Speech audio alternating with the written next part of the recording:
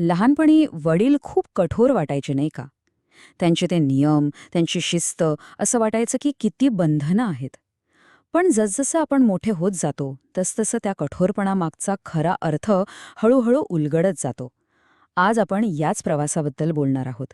एका मुलाच्या नजरेतून वडिलांना पुन्हा एकदा नव्याने समजून घेण्याचा हा प्रवास.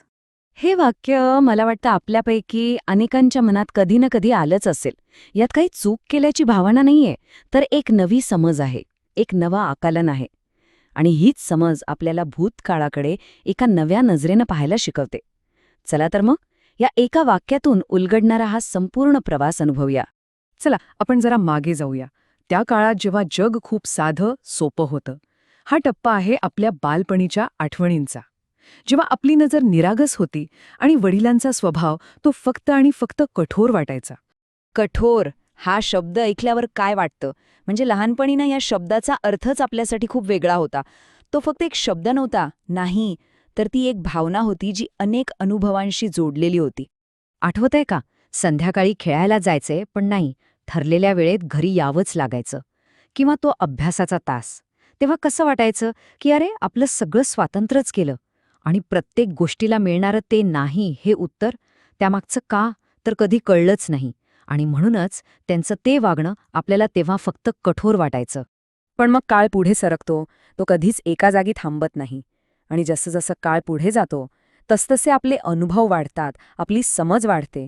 आणि मग इथूनच सगळं बदलायला लागतं. बालपणीच्या त्या धारणेला एक नवा दृष्टिकोन मिळायला सुरुवात होते. त्या मूळ वाक्यातले हे 2 शब्द आहेत ना, पण आता हेच सगळ्यात महत्त्वाचे आहेत. हे 2 शब्द म्हणजे भूतकाळ आणि वर्तमान काळाला जोडणारा एक पूलच आहेत जणू. ते दाखवतात की आपल्या विचारांमध्ये, आपल्या दृष्टिकोनामध्ये एक खूप मोठा बदल झालाय.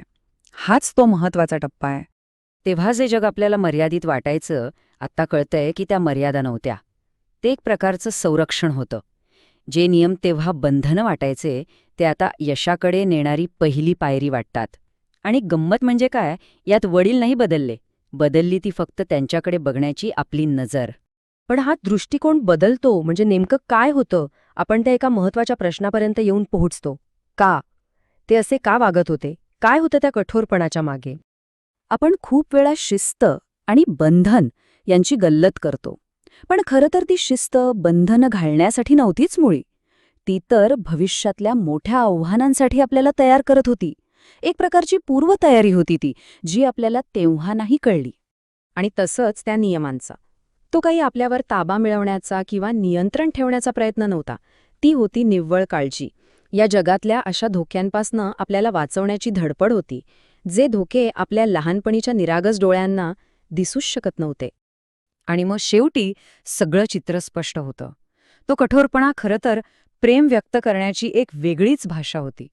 अशी भाषा जी शब्दांमधून नाही तर कृतीतून व्यक्त होत होती. आणि त्या भाषेचा खरा अर्थ समजायला, तिचं भाषांतर व्हायला आपल्याला मोठं व्हावं लागलं. आणि हा जो अनुभव आहे ना, तो फक्त वडील आणि मुलाच्या नात्यापुरता मर्यादित नाहीये. हा एक खूप मोठा आणि वैश्विक धडा आहे.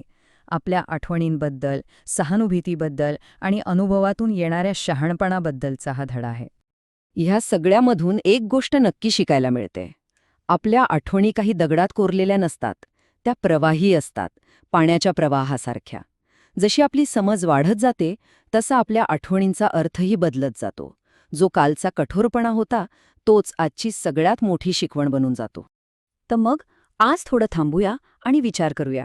आपल्या आयुष्यात असे कोणते कठोर अनुभव आहेत ज्यांच्याकडे आज आपण एका नव्या नजरेने पाहू शकतो? कदाचित त्या कठोरतेच्या मागे दडलेलं प्रेम आपल्यालाही दिसेल.